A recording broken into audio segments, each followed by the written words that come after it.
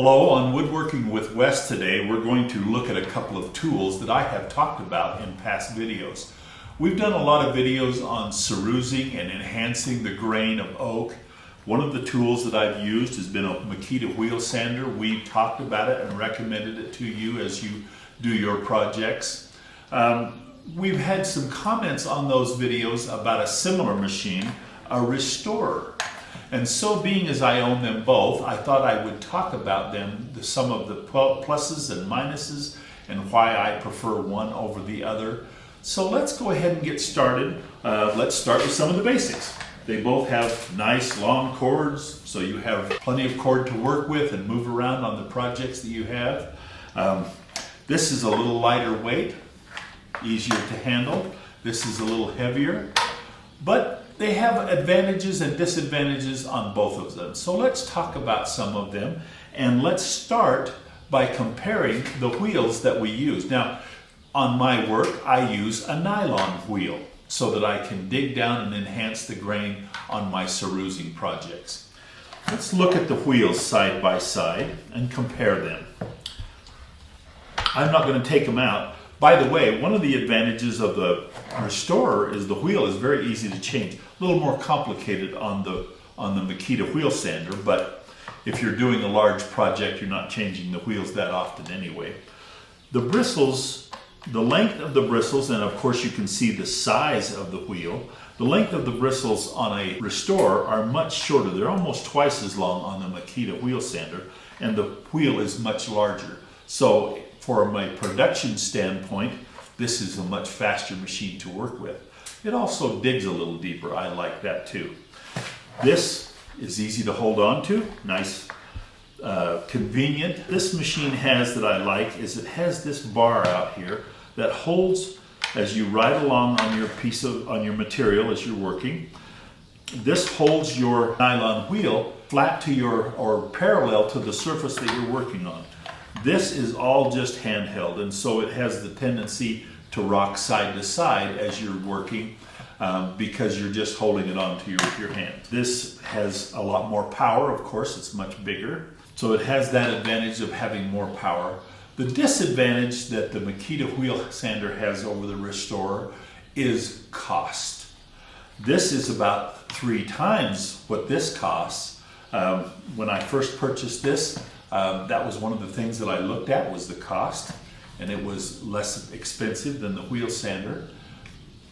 This is a more expensive tool, and of course the wheels are separate, and so when you buy them they're more expensive also.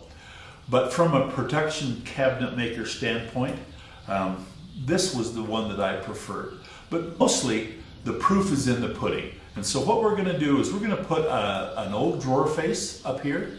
We're going to use 1/2 of it with the wheel sander, or with the wheel sander, and 1/2 of it with the restorer. And we're going to do what I do when I do my cerusing videos. We're going to take a golden oak.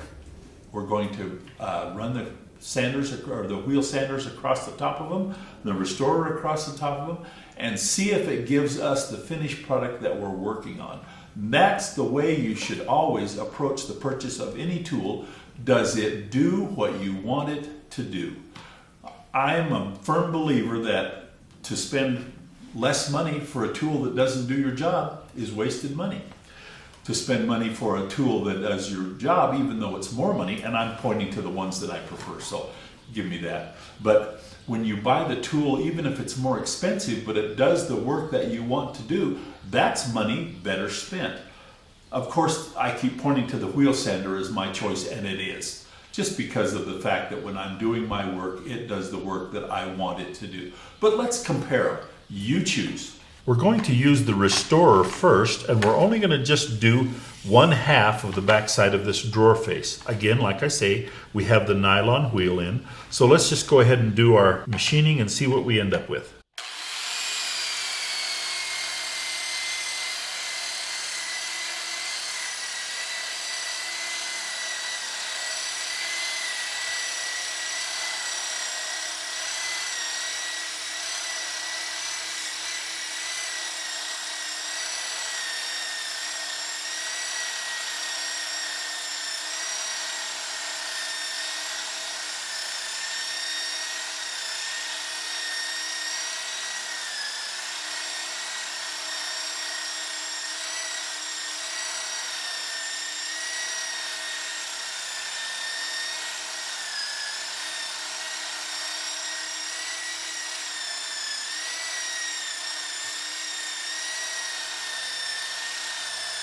Now I applied a kind of a medium pressure and just let the machine do most of the work. Like I say, I do this to enhance the grain, so it's kind of got to dig through here.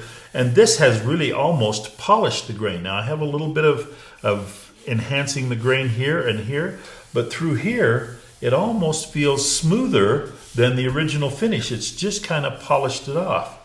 All right, let's turn it around.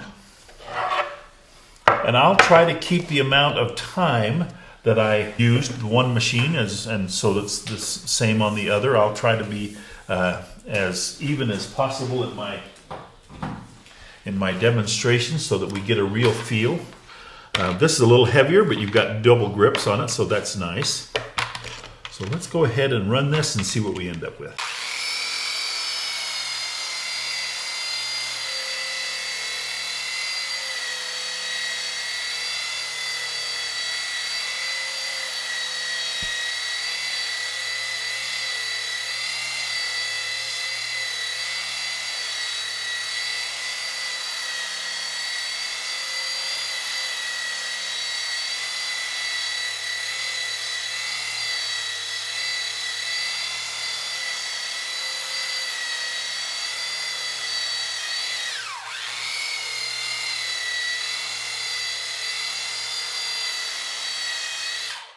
Okay, let's take a look at that. You can see how the wheel sander starts taking the finish off. And if you, I wish you could rub your hands across here and you could feel the difference.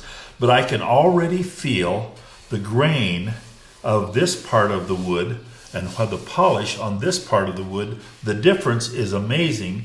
Because of what I'm doing, this is what I'm after. I can feel the grain, and when I get ready to do my paint and my glazing, this would hold my paint and my glaze and give my ceruse finish that I'm after.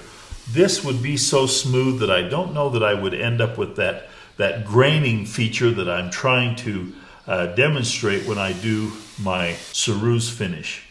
The wheel sander, like I say, is a lot more money based upon what you want to do. Now, if I was doing something that was a finish that I didn't really care about enhancing the grain, I was just trying to polish it up or clean it up a little bit, this has great applications. Has a great little dust port on the bottom.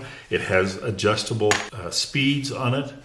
But for what I was using it for, the Makita wheel sander was my choice for the tool. And like I say, much more money, 3 times as much money, but well worth the cost for the work that I was doing. Now we're going to provide you with a link. Both of these are available on Amazon. We're going to provide you a link to both of these tools.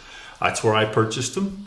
And I'll have you compare the prices, see which one you would prefer. But like I say, for me, the Makita was the choice that I preferred for the work that I was doing. And always, like I say, always base your purchases upon the work that you want to do and the tool that will help you accomplish that work. It's been a great opportunity to show you tools side by side so you can make your choice and base your choice upon the work that you do. And we'll do some more work next time when we come back on Woodworking with Wes.